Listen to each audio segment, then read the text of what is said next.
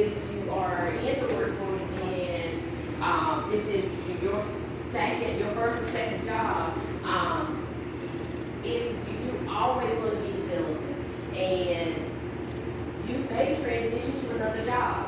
And if that is the case, then you're going to need some of these tools. If when you apply for the job, submit your resume. If they are interested and qualified, then they're going to want to take you along in the hiring process. And a part of that hiring process is, doing the interviews. And so that's what I'm going to speak to y'all about. I'm just going to give a little bit more introduction. I, again, work in human resources at the City of Wilson. I am the HR generalist. We deal with a lot of different things, with benefits, legal accesses, anything that you think of when you hear the term of human resources. That's what I do in my role.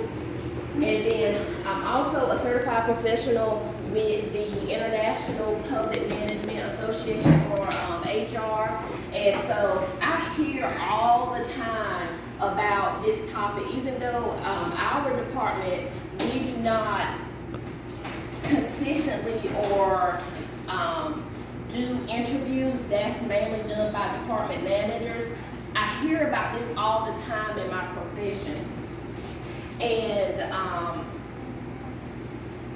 so that gives you a little bit of my background. And I went to Frank High School and graduated from there in 2002. And then from there, what? Oh, that's right. I know where you're coming from. You talking about boo? And then from there, I jumped right on into the workforce. And then while I'm working full time, I decided, I want to go back to school.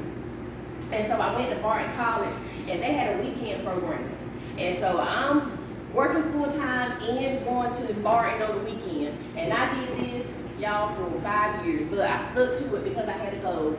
And so I finally graduated in 2014, and I received my bachelor's in human resources and business management. And so from there, again, I wanted to switch to what brought me here today. And that is because just like you guys, at your age, I was sitting at the Wilson OIC in their youth program.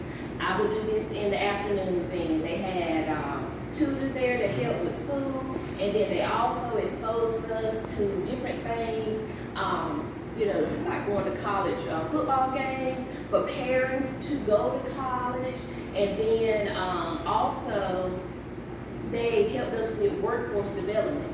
And so when me and Dante had that conversation that afternoon, I said, you know what? It would be good if we can just talk to the kids about how to interview for a job. Because I was doing this at your age. They were sitting us down. At that time, you had pen and paper. You learned how to fill out the application. When it came to doing interviews, they had us in a classroom setting, and they were asking us questions. They even videoed us so that we can get used to, interviewing and can take those skills and better ourselves and get into the workforce. And so that's what brings me here today, because I feel there's a need. And if just one person, or if all that, you can just take one thing from this presentation tonight and apply it to any type of interview. It don't have to be for a job. It can be for college. It can be for another, like a program, like a school activity. And you have to interview. You just get comfortable with sitting down, talking with people, and telling them about yourself and how you're qualified for whatever you want to move towards, as far as a job, or to get into a program, or to get into a school. And so that brings me to my next slide. What I did, I took and pulled the 10 steps to help you prepare for an interview, because if you take these basic steps and just apply it and practice them, you're going to get more comfortable. And even when you are preparing for an interview or doing any type of public speaking, you get anxious or you get real stressed. Like, how many of you like speaking in public?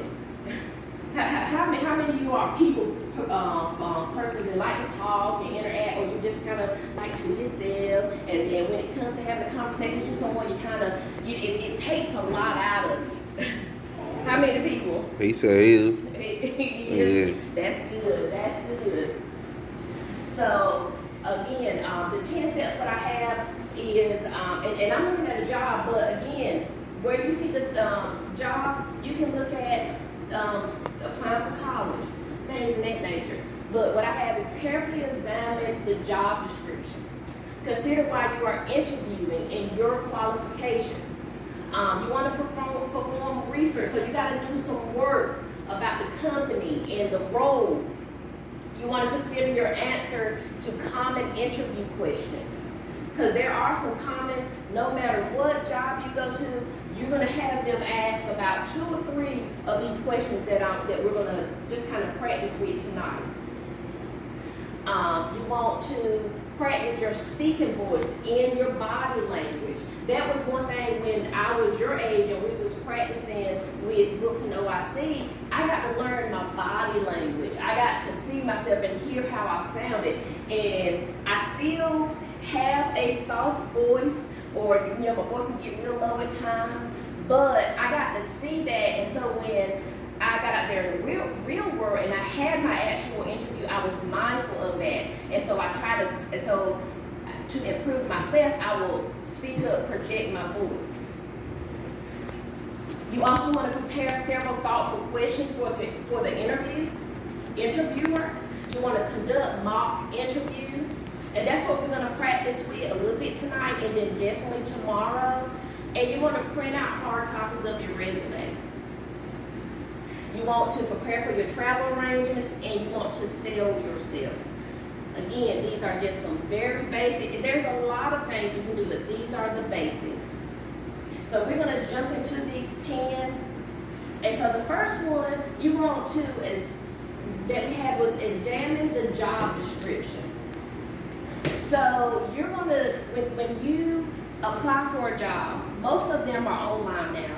How many of you have applied for a position? I'm gonna go this way because I know my children, they're focused on school. So how many of y'all have applied for a position and had to go online and look? You have. Most of the time now when you go online, they're going to have the job description right there, so you can read, and then once you read that job description, then you put in your online application. Was that the case for you? Yes. And so, when you're doing that, did you pay any attention to the job description, or you just jumped on in? Yeah, that's what you want to do. You want to make sure that you read that job description, because you want to know what the responsibilities are going to be. You want to know what the tasks are going to be, because you may look at it, because some titles can be misleading. You may look at it and you're like, you know what, this really ain't the position or the job that's going to work for me. Let me look and see what else they have available. You also want to look at the minimum qualifications as well.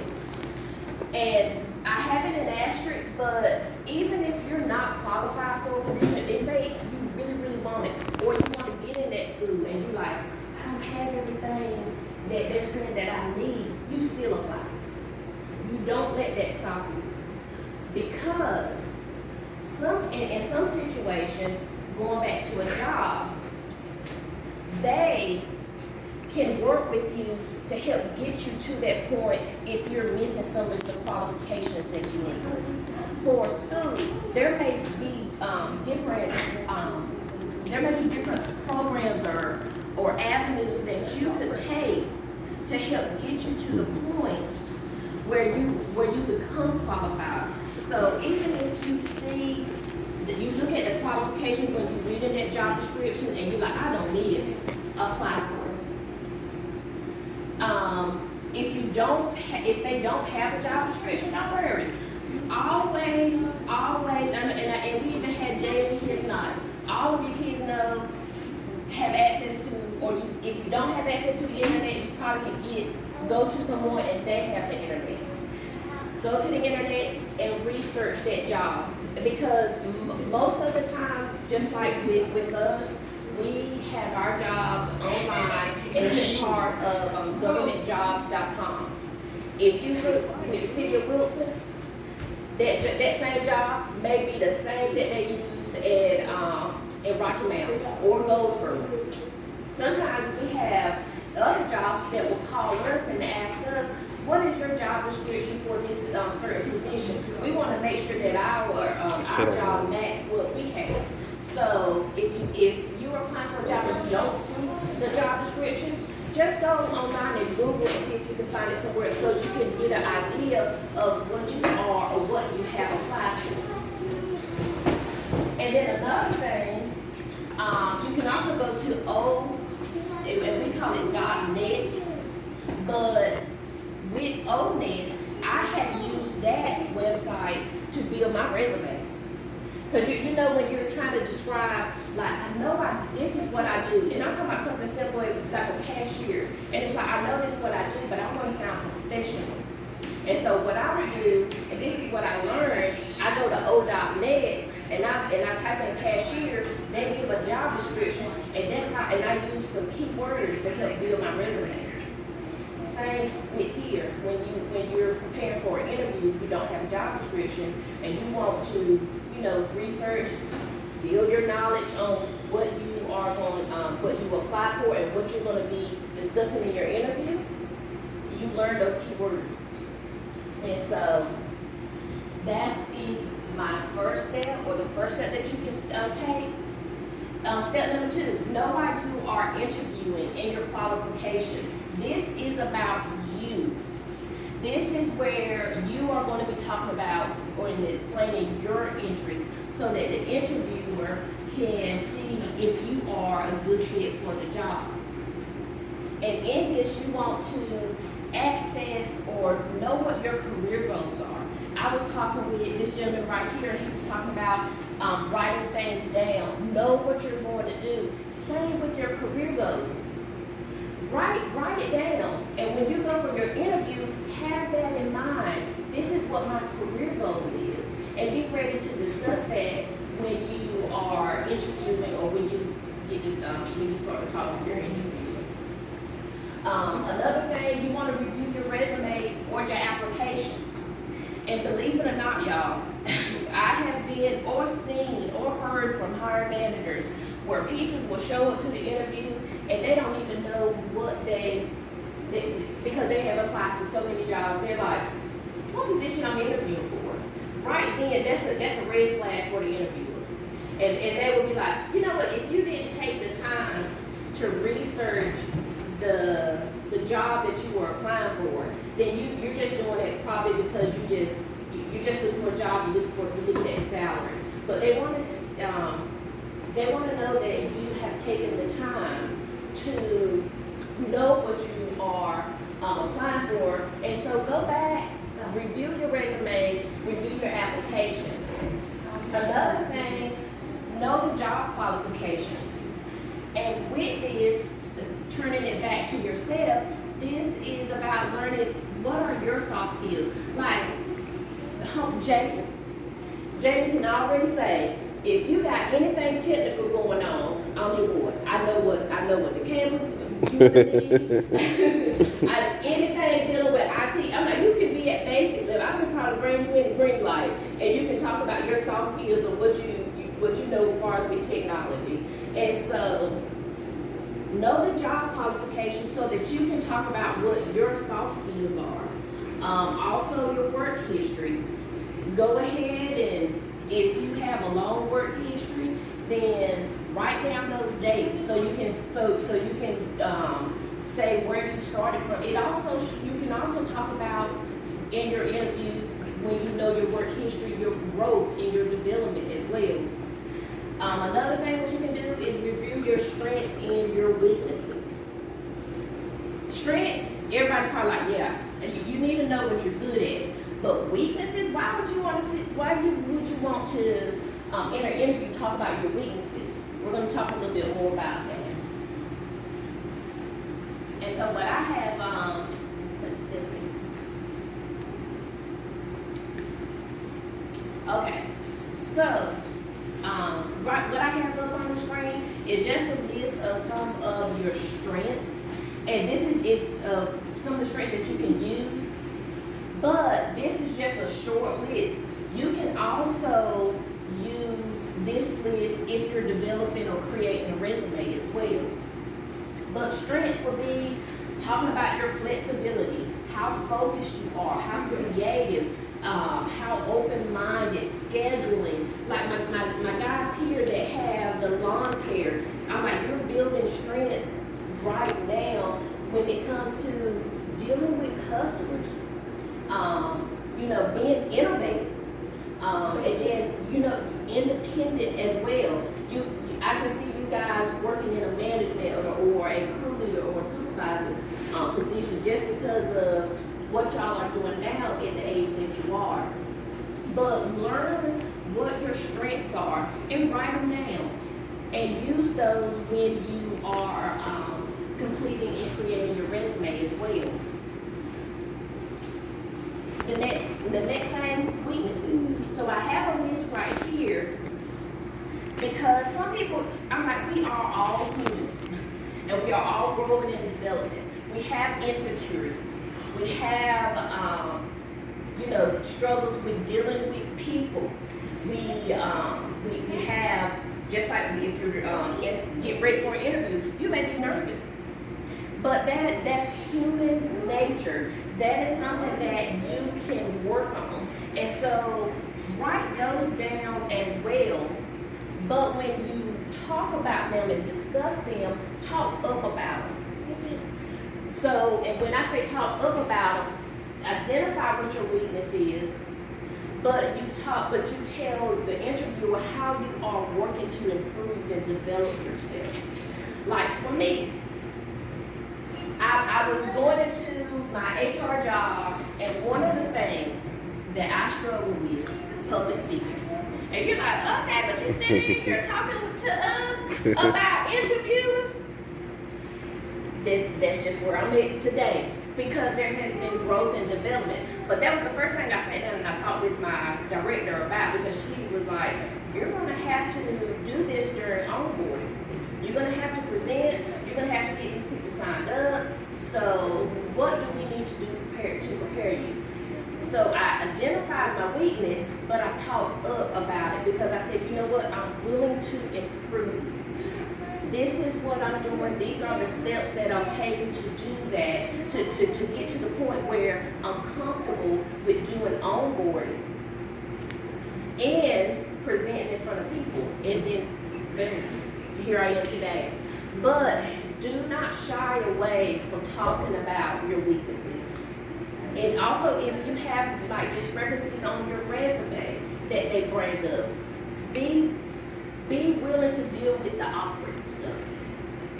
Because I'm pretty sure there's an explanation for some things that you have. Like say you have a lot of jobs, you have a lot of projects, or say you have some subjects in school that you like, English or something that you're working on. But you can say, hey, I'm seeing a tutor, I'm taking these steps to help get better at English or social studies or things of that nature.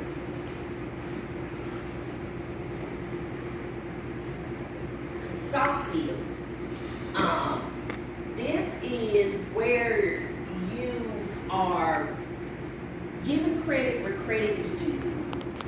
And on a resume, this is something that they are looking for, because they're looking to see and identify that you have the skills to do the job. So if you have leadership skills, if you have teamwork, you know how to communicate, problem solving. Like this was a problem, and Jalen, he solved the problem. If you have a strong work ethic, like Dante, he like, look, somebody got to work, somebody got to have money coming in, to get things coming. You have a strong work ethic. That is a skill, believe it or not, because there are a lot of people that sometimes, once they get into that job, they don't want to show up. And so if you can come in and just be like, I can promise you that I have a strong work ethic. You see it from right here. I have this job, and I've been working since the age of 14. I've been working since the age of 11. that can catch the eye of the interviewer. So be willing to talk about your soft skills and also point those out, highlight those, or put those in a separate section when you're creating your resume.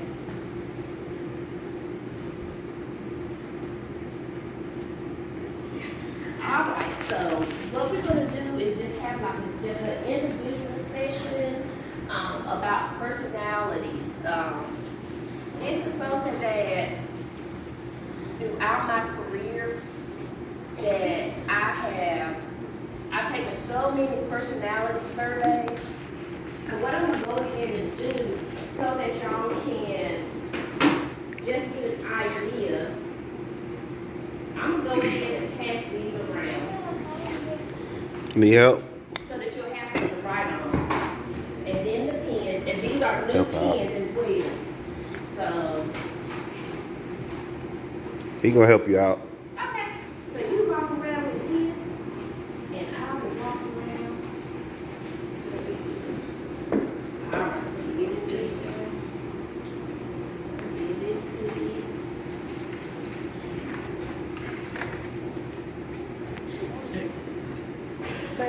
Mhm.